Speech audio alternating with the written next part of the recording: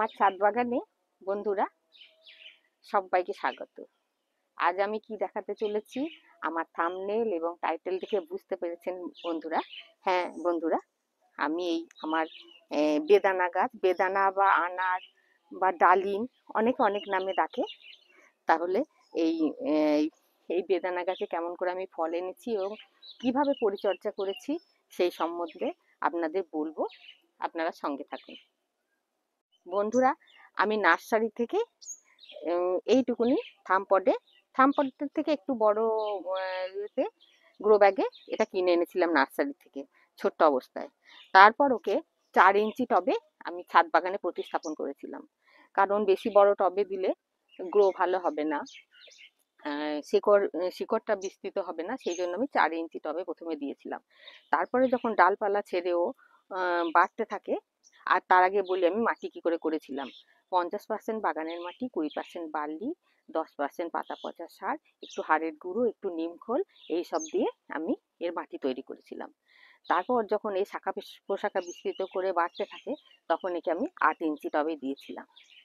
এইবার যখন মানে ঝাঁকড়া হতে লাগলো, লম্বা হতে লাগলো, তখন আমি ফল ধরেনি, একটু করে পিঞ্চিং করতে থাকি, সফট প্রুনিং বা পিঞ্চিং করতে থাকি।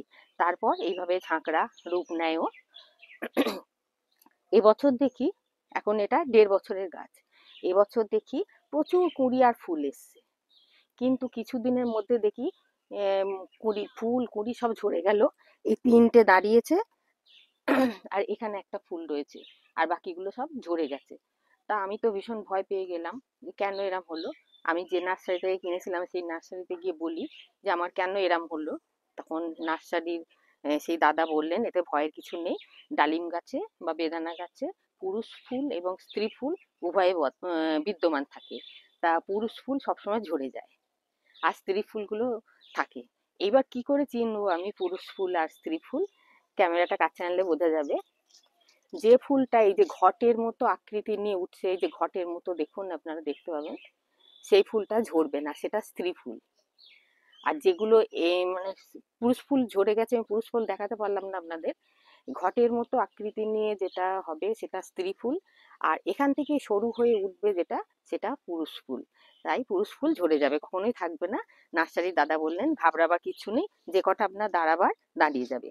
তাই আমার এখানে 3টে আছে বেদানা, এই যে 3টে রয়েছে, পাক ধরেছে, আর এইটা আশা করি হবে। এবার আমি কি করব, এটাকে মানে শীতের পরে প্রুনিং করেছিলাম, বাকি ডালগুলো আমি প্রুনার দিয়ে কেটে দেব। তাহলে গাছটা আরো এবার ফল যে ডালগুলো রয়েছে সেগুলো আমি কাটবো না, ওই যেগুলো ফল নেই এখন আর হবে না এই সময়, বর্ষাকালে তাহলে আমি আবার নতুন করে ফুল কুড়ি আসবে, সেগুলিকে আমি কেটে দেব। কেটে দেওয়ার আগে আমাকে একটা জিনিস করতে হবে, একটা অমৃত সার আমি ঘরে বানাই। এই যে এই অমৃত সারটা, এই অমৃত সারটা প্রুনিং করার আগে 7 দিন আগে আমি করব। এবার বলি এটা কি করে বানাই, আপনারা শুনুন। বন্ধুরা, আমার রান্নাঘরের যে পরিত্যক্ত বা বর্জ্য পদার্থ হিসাবে কলার খোসা, ডিমের খোসা আর চা পাতা, এগুলো আমি ফেলি না, এগুলো আমি ছাদে ভালো করে শুকাতে দিই। এটা চায়ের পাতা, কারণ এগুলিতে এনপিকে সার তৈরি হয় গুঁড়িয়ে রাখলে। কারণ কলার খোসায় আছে প্রচুর পরিমাণে পটাশিয়াম, আর ডিমের খোসায় আছে ফসফরাস, আর খোলে আছে এই যে সর্ষে খোল, 1 মুঠো করে এর মধ্যে দিয়ে দিই। এতে আছে প্রচুর পরিমাণে নাইট্রোজেন, চা পাতাতেও নাইট্রোজেন আছে। তারপর মিক্সিতে আমি পিষে নিই, এগুলো মিক্সিতে দিয়ে আমি অনেক দিন জড়ো করি, প্রায় 1 মাসের মতো জড়ো করি। তারপরে এইভাবে মিক্সিতে আমি পিষে নিই সুন্দর করে।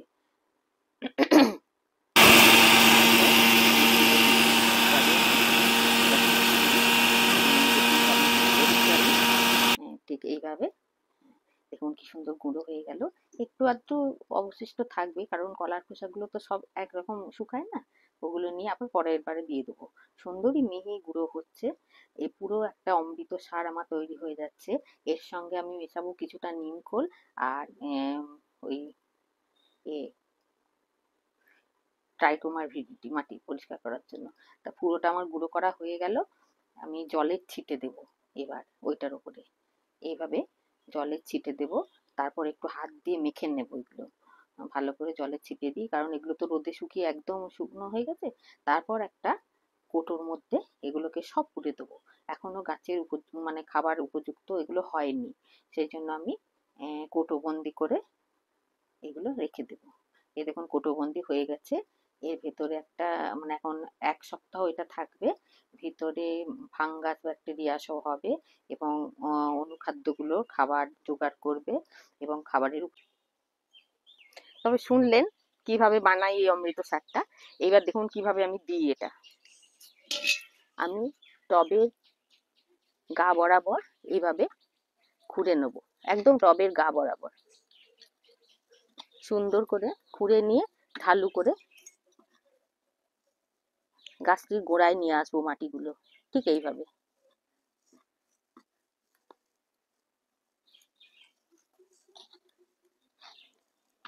ঠিক এইভাবে নিয়ে আসবো আমি যতটা পারবো। তারপর আমি তো দেখালাম কেমন করে অমৃত সার বানাই, সেই অমৃত সার 4 চামচ, এটা আমার 8 ইঞ্চি টব, 4 চামচ এইভাবে টবের গা বরাবর দিয়ে দেব। 4 চামচ দেওয়া হয়ে গেল। তারপর ওই টবের গোড়ায় যে মাটিগুলো রেখেছি সেগুলো দিয়ে ঢেকে দেবো অমৃত সারটা, ঠিক এইভাবে। এটা আমি প্রুনিং এ 7 দিন আগে করব।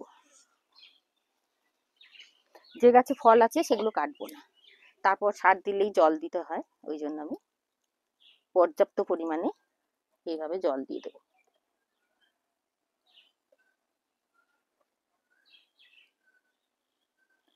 এরকম করে জল দিয়ে দেবো। এবার গাছটিকে আমি কোথায় রাখবো, 6 ঘন্টা যাতে রোদ পায় সেই জায়গায় আমি রাখবো। পর্যাপ্ত পরিমাণ রোদের দরকার হয়ে গেছে, সেখানে রাখবো। বৃষ্টির জল পেলেও অসুবিধা নেই।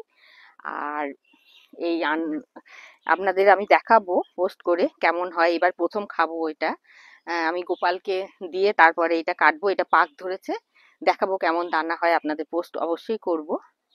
আর নিজের গাছে নিজের হাতে তৈরি করা গাছের ফলের স্বাদ তো আলাদা রকমই হবে বন্ধুরা। তা রোগ পোকার আক্রমণ একদমই নেই, রোগ পোকা নেই এই গাছে। আর আমি অন্য গাছে যেমন নিম তেল 1.5 ml 1 লিটার জলে স্প্রে করি, তখনই যেটুকু থাকে আমি এই ডালিম গাছটাতেও আর বেদানা গাছটাতেও দিয়ে দিই। কোনো রোগ পোকার আক্রমণ ফাঙ্গাস কিছুই নেই। আচ্ছা বন্ধুরা, কেমন লাগলো ভিডিওটা জানাবেন, আর যদি ভালো লেগে থাকে তাহলে লাইক কমেন্ট শেয়ার করে আমার পাশে থাকবেন। আর যদি নতুন হন চ্যানেলটাকে সাবস্ক্রাইব করে দেবেন। আর ভিডিওটি কেমন লাগলো আমাকে জানাবেন। এতক্ষণ দেখার জন্য অনেক ধন্যবাদ। কমেন্ট হলো কি, ইমা পড়ে গেল তো, যা খোঁচা লেগেছি গো, যা।